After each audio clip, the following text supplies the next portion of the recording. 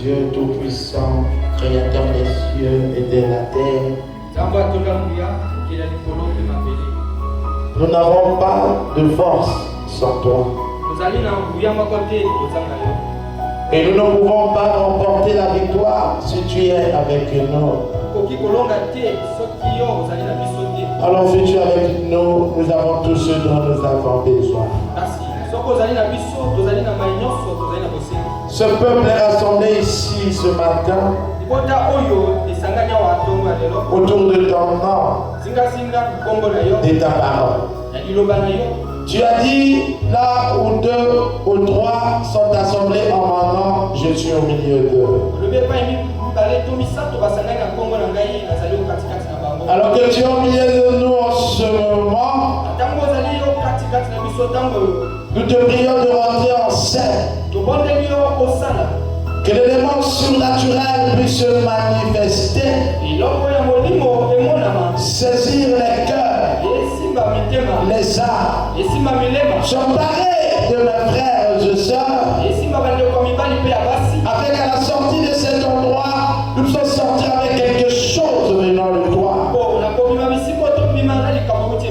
Une touche divine. Accorde cela, Père. Je n'ai rien de moi, Seigneur. Mets-moi de côté et apporte la parole. Ça serait pour ta gloire et ton honneur. Au nom de Jésus-Christ, notre Dieu et notre Seigneur. Amen. Que le Seigneur vous bénisse richement. Amen. Je vous salue tous dans le merveilleux nom de notre Seigneur Jésus-Christ. Et je vous souhaite la bienvenue dans la maison du Seigneur. Amen. Est-ce que vous allez bien? Il y a quelqu'un qui est fâché ce matin du fait de venir à l'église. Est-ce que venir à l'église, ça vous énerve? Hein? Vous êtes fâché? Amen. David disait, je suis dans la joie. Lorsqu'on me dit, allons dans la maison du Seigneur. Parce que c'est à cet endroit que le Seigneur déverse ses bénédictions. Amen. Nous allons nous lever pour lire la parole de Dieu. 1 Thessaloniciens au chapitre 4, verset 13. Nous ne voulons pas, frères, que vous soyez dans l'ignorance au sujet de ceux qui sont décédés.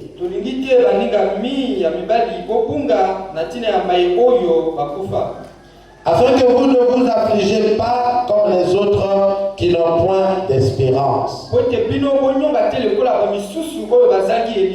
Car si nous croyons que Jésus est mort et qu'il est ressuscité, croyons aussi que Dieu ramènera par Jésus et avec lui tous ceux qui sont décédés. Voici en effet ce que nous vous déclarons d'après la parole du Seigneur. Nous les vivants, restés pour l'avènement du Seigneur. Nous ne dévancerons pas ceux qui sont décédés. Car le Seigneur a un signal donné à la voix d'un archange et au son de la trompette de Dieu descendra du ciel, et les morts en Christ ressusciteront premièrement. Ensuite, nous les vivants qui seront restés, nous serons tous ensemble enlevés avec eux sur les nuées à la rencontre du Seigneur dans les airs. Et ainsi nous serons toujours avec le Seigneur. Consolez-vous donc les uns les autres par ses paroles. Amen. Veuillez vous asseoir. Que le Seigneur bénisse la lecture de la parole. Amen. Je suis en train de parler sur l'enlèvement. Amen. Nous croyons à la lumière de la parole de Dieu qu'il y aura un enlèvement. Et nous attendons cet enlèvement-là. Et nous croyons que si nous venons ici, c'est pour nous apprêter pour l'enlèvement.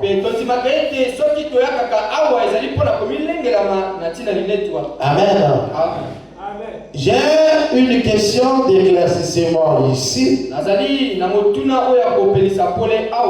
Shalom, pasteur. Shalom, pasteur. Au début de l'enseignement, vous avez parlé de l'enlèvement d'Enoch.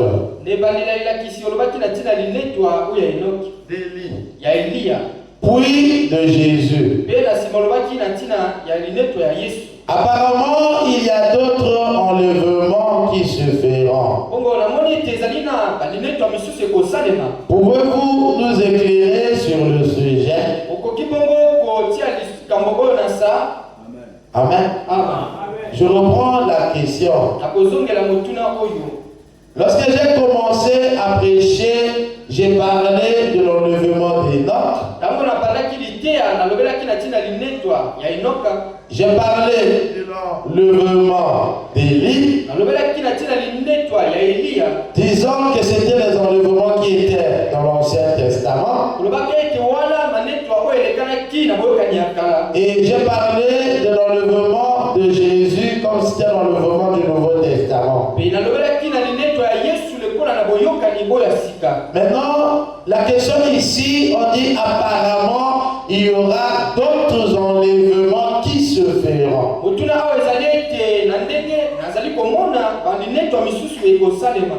Amen. Pouvez-vous nous éclairer sur la question? Amen. Je vais en parler. Le tout premier enlèvement qu'il y a eu, c'était l'enlèvement d'Enoch. Parce que Enoch vient avant Élie. Amen. Et cet enlèvement d'Enoch est dans le livre de Genèse au chapitre 5. Genèse au chapitre 5. Je prends le verset 21 au verset 24. Écoutez ce que la Bible dit.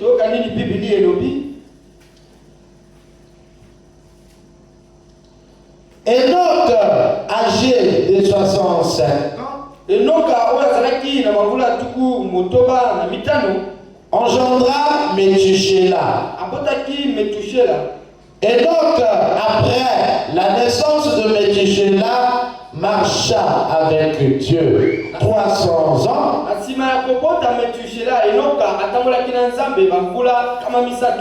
Et il engendra des fils et des filles. Tous les jours de Enoch furent de 365 ans. Enoch marcha avec Dieu, puis il ne fut plus, parce que Dieu le prit. Amen. Ici, on dit que Enoch ne fut plus, parce que Dieu le prit. Donc, lorsque nous lisons le livre de la Genèse, on peut avoir un petit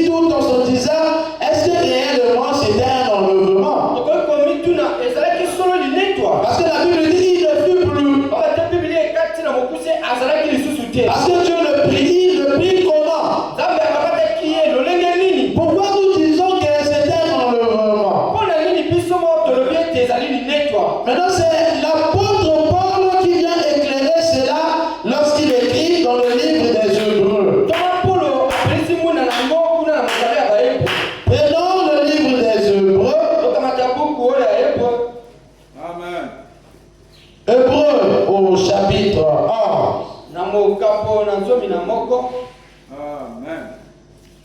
Amen. Amen. Écoutez ce que la Bible dit. Hébreux chapitre 11, verset 5. La Bible dit, c'est par la foi qu'Enoch fut enlevé pour qu'il ne voie point la mort. Et il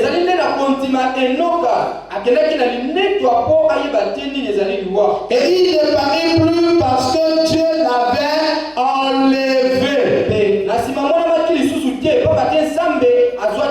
Car avant son enlèvement, il avait reçu le témoignage qu'il était agréable à Dieu. Amen. Donc nous voyons que la première personne qui fut enlevée, c'était Enoch. Donc Dieu l'a pris de la terre par une puissance surnaturelle et Dieu l'a mené au ciel vivant. Amen. C'était le premier enlèvement. Maintenant, le deuxième enlèvement, c'était l'enlèvement d'Élie. Nous allons voir ça dans le livre de Rois. 2 Rois au chapitre 2. À partir du verset 9. La Bible dit, lorsqu'ils eurent passé, Élie dit à Élisée, demande ce que tu veux que je fasse pour toi, avant que je sois enlevé d'avec toi. Élisée répondit, qu'il y ait sur moi, je t'ai pris une double portion de ton esprit.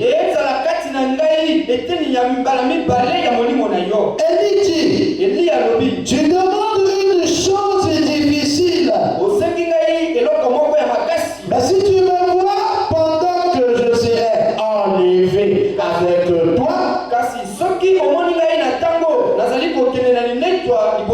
cela t'arrivera ainsi. Sinon cela n'arrivera pas. Comme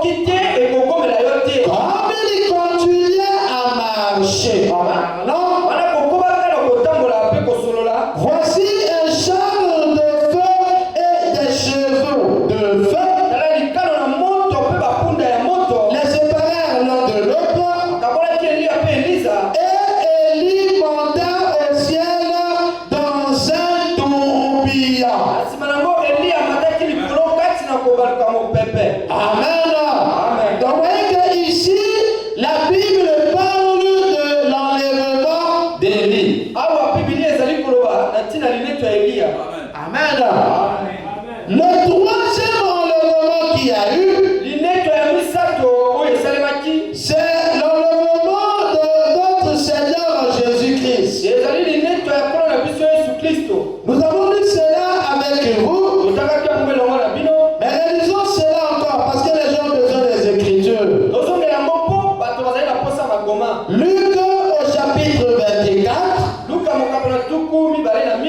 versets 50 et 51. Écoutez ce que la Bible dit. La Bible dit, il les conduisit jusque vers Béthanie, et ayant levé les mains, il les bénit. Pendant qu'il les bénissait, il se sépara d'eux et fut enlevé au ciel. Amen. Ouais, ici, c'est le troisième enlèvement. C'est le Seigneur Jésus qui part au ciel. Prenons le livre de Marc. Marc au chapitre 16. Verset 18 à 19. Écoutez ce que la Bible dit. Ils saisiront des serpents.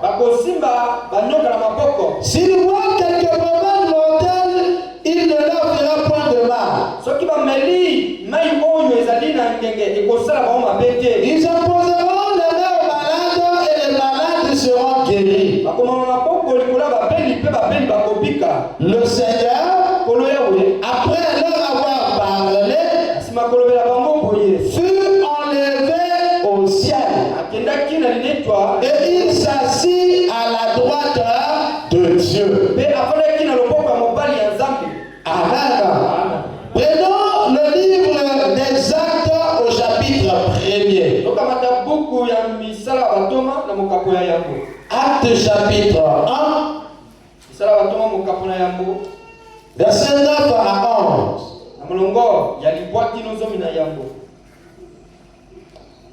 La Bible dit,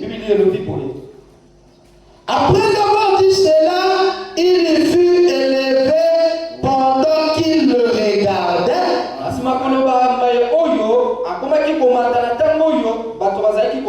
Et une nuée le déroba à leurs yeux. Et comme ils avaient les regards fixés vers le ciel, pendant qu'ils s'en allaient, voici des hommes vêtus de blanc leur apparurent. Et il dit, hommes galiléens, pourquoi vous arrêtez-vous à regarder au ciel? Parce que Jésus était parti en montant au ciel. Et les disciples étaient là en regardant le ciel après que Jésus fut enlevé. Ils ont dit, c'est Jésus qui a été enlevé au ciel. Du milieu de vous, reviendra de la même manière que vous l'avez vu alors du ciel. Amen. Donc, que le premier enlèvement, c'était Enoch. Le deuxième enlèvement, c'était Élie. Le troisième enlèvement, c'était Jésus. Amen. Mais ça ne s'arrête pas là. Puisque le frère dit qu'il y a plusieurs autres enlèvements qui se verront. Et il n'a pas tort, c'est la parole de Dieu. Amen. Il y a un quatrième enlèvement. Prenons Matthieu au chapitre 27. Le quatrième enlèvement. Matthieu 27.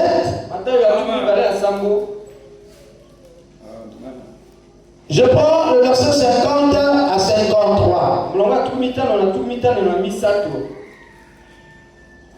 La Bible dit, Jésus poussa de nouveau un grand cri et rendit l'esprit. Et voici le voile du temple se déchira en deux. Depuis le haut jusqu'en bas, la terre trembla, les rochers se fendirent, les sépulcres s'ouvrirent,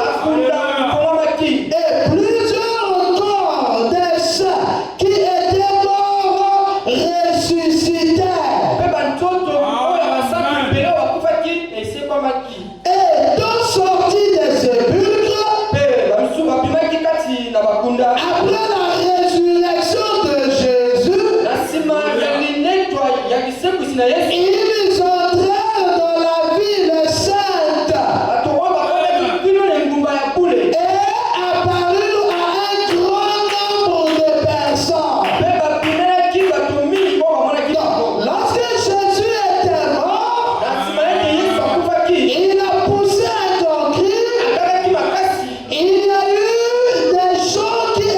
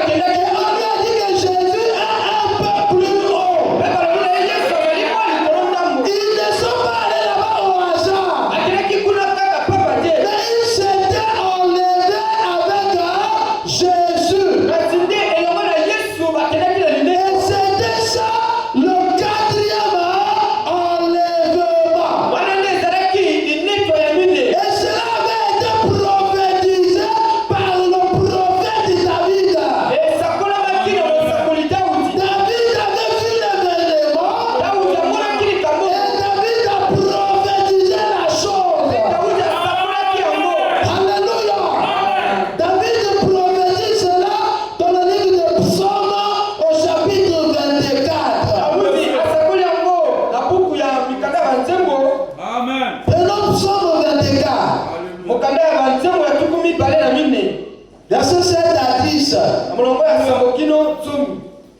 Écoutez ce que David dit. Il dit ici. Il dit, verset 6. Voilà le partage de la génération qu'il invoque. De ceux qui meurent, ceux qui cherchent ta face. De Jacob. Écoutez ici. Il dit, porte. Élevez vos linteaux. Élevez-vous, portes éternelles. Que le roi de gloire fasse son entrée. Qui est ce roi de gloire? L'éternel, fort et puissant. L'éternel est puissant dans les combats. Porte, élevez vos linteaux. Élevez les portes éternelles. Que le roi de gloire fasse son entrée. Qui est donc ce roi de gloire? L'éternel des armées. Voilà le roi de gloire. Donc, lorsque David est en train de prophétiser ici, c'est Jésus, après sa mort, lorsqu'il était enlevé, il montait avec les saints de l'Ancien Testament. Alors que Jésus arrive devant les portes du ciel, il y a une voix qui a parlé. Il a dit, portes éternelles, élevez vos linteaux, car le roi de gloire va faire son entrée. Qui est le roi de gloire? On a dit l'éternel. Celui qui a accompli la chose là, c'était Jésus. C'est là que nous comprenons que Jésus et l'éternel, c'est la même personne.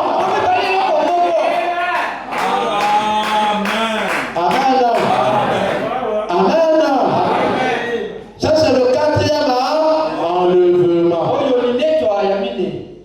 Et ça s'arrête pas là. Il y a un cinquième enlèvement. Le cinquième enlèvement, c'est celui dont je suis en train de vous parler là. C'est notre enlèvement à nous. C'est là où nous avons lu dans 1 Thessaloniciens chapitre 4 verset 13 en montant.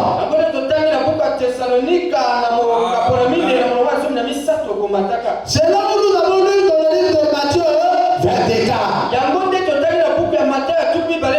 Amen. C'est là où nous avons lu dans le livre de 1 Corinthiens chapitre 15 verset 20 à 58.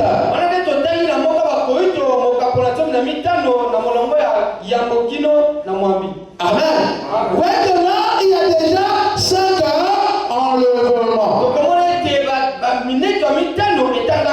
Amen. Mais ça s'arrête pas là. Il y a un 6e enlèvement. Amen. Maintenant, le 6e enlèvement, c'est quel enlèvement? Pendant le livre d'Apocalypse au chapitre 11. Apocalypse chapitre 11, verset 3 à 12. Ici, cet enlèvement-là va se faire après notre enlèvement. Parce que notre enlèvement, c'est le 5e. Maintenant, le 6e enlèvement va se faire après le 5e.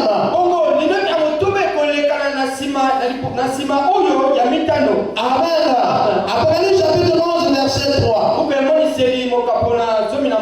Il dit, la Bible dit, Je donnerai à mes deux témoins. Les deux témoins, c'est Élie et Moïse. Lorsque nous serons enlevés, Dieu va envoyer Élie et Moïse en Israël. Élie et Moïse iront prêcher aux Juifs. Ils vont aller dire aux Juifs que le Messie que vous attendez, c'est le Jésus que vous avez crucifié là.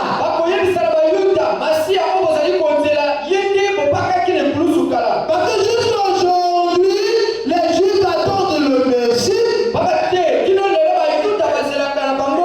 Et ils ne croient pas que Jésus était le Messie. Et quand ils ont rejeté Jésus, Jésus est venu chez nous les nations. Nous les païens. Maintenant nous l'avons reçu. Nous avons cru que Jésus était le Messie. Et nous sommes sauvés. Et après nous allons en enlèvement. Maintenant comme Israël c'est le peuple de Dieu, Dieu va envoyer Élie et Moïse pour aller leur dire que le Messie que vous attendez là, c'est celui que vous avez crucifié là. Et il y aura des gens qui vont croire à Élie et Moïse là. Et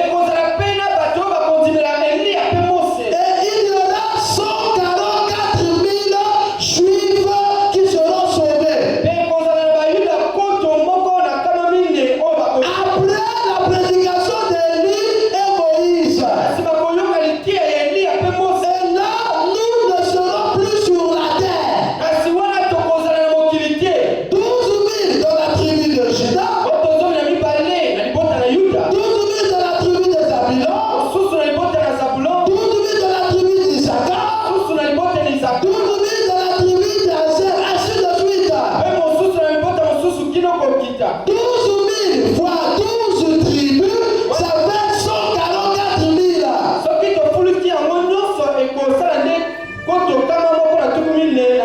Amen. Maintenant, lorsque ces autres seront sauvés, cet Élie et son Moïse, ils seront tués. C'est là que la Bible parle ici de leur enlèvement qui est le 6e. Verset 3. Apocalypse chapitre 11, verset 3.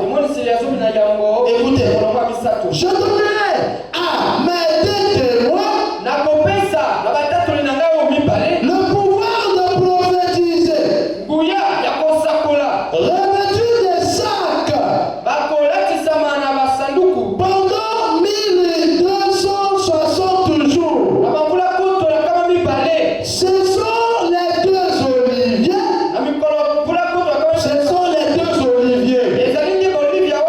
Et les deux chandeliers qui se tiennent devant le Seigneur de la terre. Si quelqu'un veut leur faire du mal, du feu sort de leur bouche et devant leur ennemi. Et si quelqu'un veut leur faire du mal, il faut qu'il soit tué de cette manière. Ils ont le pouvoir de fermer le ciel afin qu'il ne tombe point de pluie pendant les jours de leur prophétie. Et ils ont le pouvoir de changer les eaux en sang et de frapper la terre de toute espèce de plaie chaque fois qu'ils le voudront.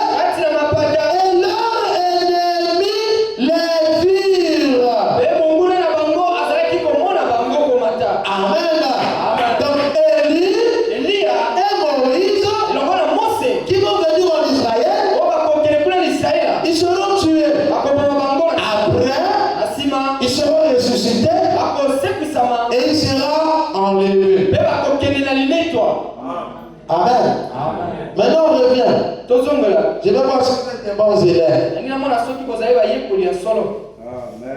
Il y a combien d'enlèvements en tout? Il y a combien d'enlèvements en tout?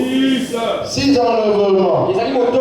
Le premier enlèvement, c'est l'enlèvement de qui? C'est l'enlèvement d'Enoch. Le deuxième enlèvement, c'est l'enlèvement d'Élie. Le troisième enlèvement, c'est l'enlèvement du Seigneur Jésus. Amen. Le quatrième enlèvement, c'est l'enlèvement.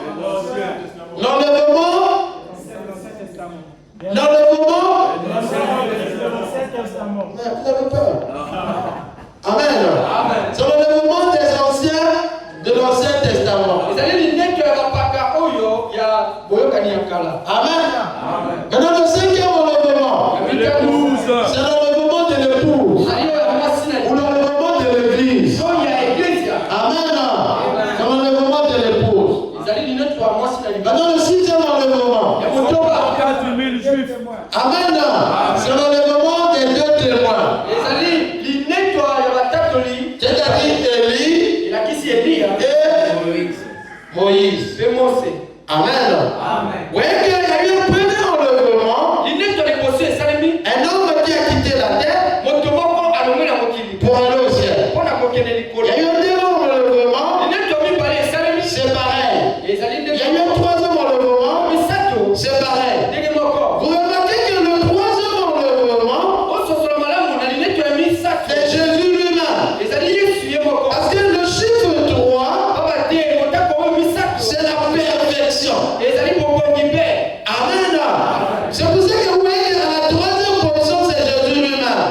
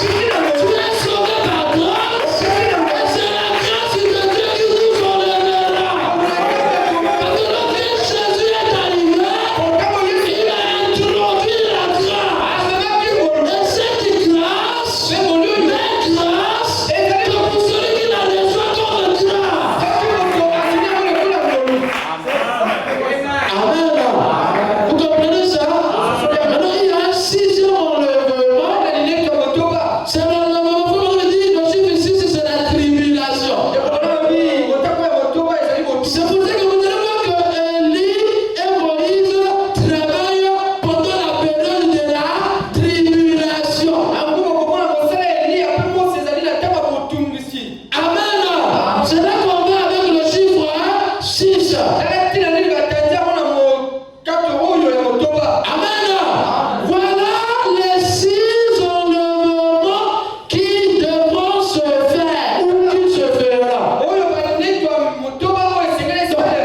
une partie qui s'est déjà faite et une autre partie qui se fera. Au total, il y a 6 enlèvements. Amen. Il y a quelque chose qui attire mon attention.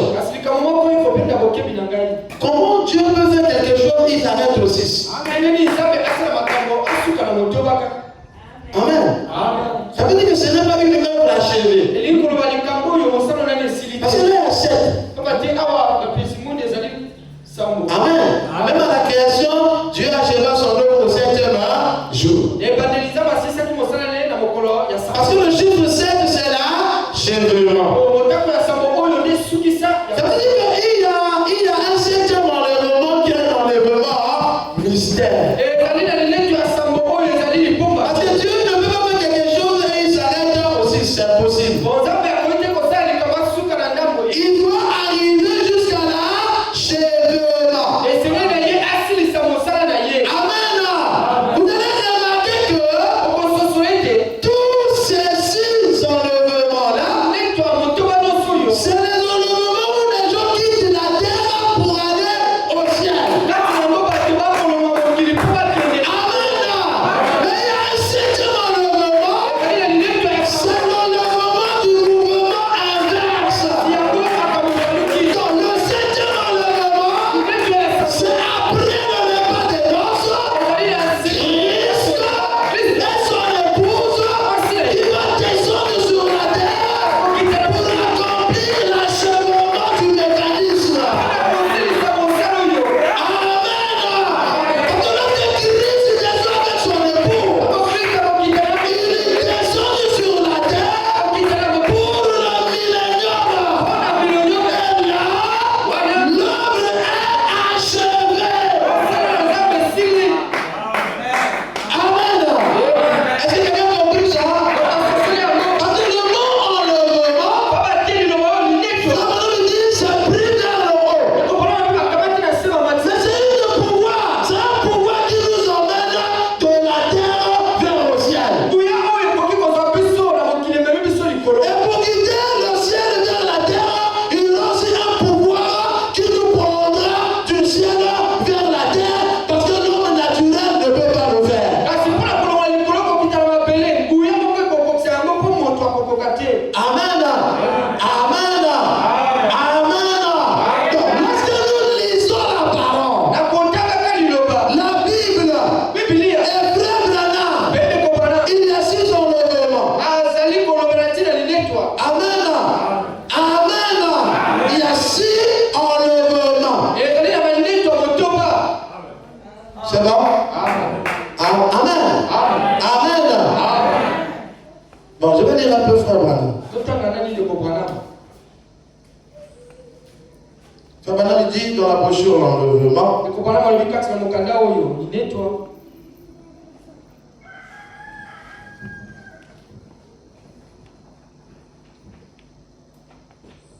j'ai pas noté ça, mais je peux trouver. Excusez-moi.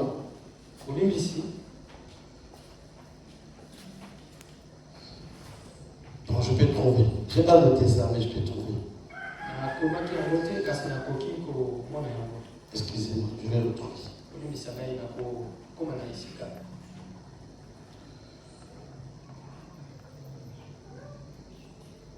Si je ne retrouve pas, je vais vous lire la prochaine.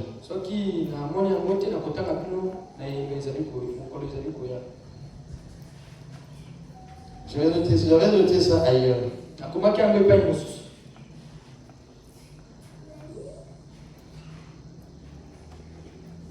Bon, je vais dire ça prochainement. Mais je vous explique. Frère Branham explique que l'enlèvement des Enoch Et l'enlèvement d'Élie. Et l'enlèvement de Jésus. Il dit les trois enlèvements là. C'est l'enlèvement de l'Ancien Testament. Amen. Et frère Branham il dit, les saints de l'Ancien Testament, l'enlèvement de l'épouse et l'enlèvement des deux témoins, c'est l'enlèvement du Nouveau Testament. Amen. Frère Branham explique que Jésus étant la clé de voûte entre l'Ancien et le Nouveau Testament. Donc,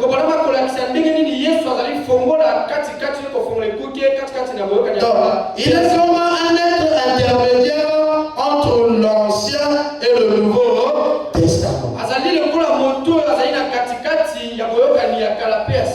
Amen. Ça veut dire qu'au total, nous avons 6 enlèvements. Mais Branham explique que Dieu fait toujours quelque chose en 3. Et il prend l'écriture où il est dit avec la parole de 2 ou de 3 témoins que tout témoignage soit reconnu comme étant vrai.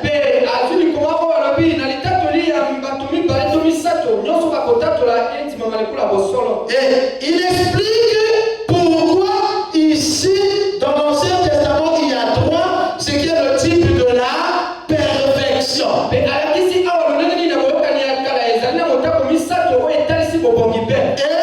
dans le Nouveau Testament, il y a aussi 3, ce qui est le type de la perfection. Donc, bibliquement parlant, et selon frère Branham, il y a 6 ans, enlèvement. Amen. Est-ce que vous avez compris ça? Que le Seigneur vous bénisse.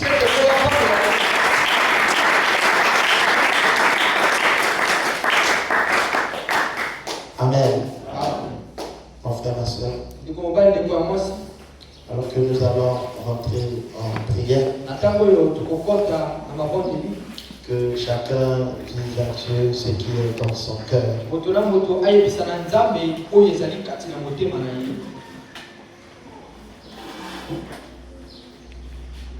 Alors que nous allons prier le Seigneur. Prions le Seigneur tous ensemble.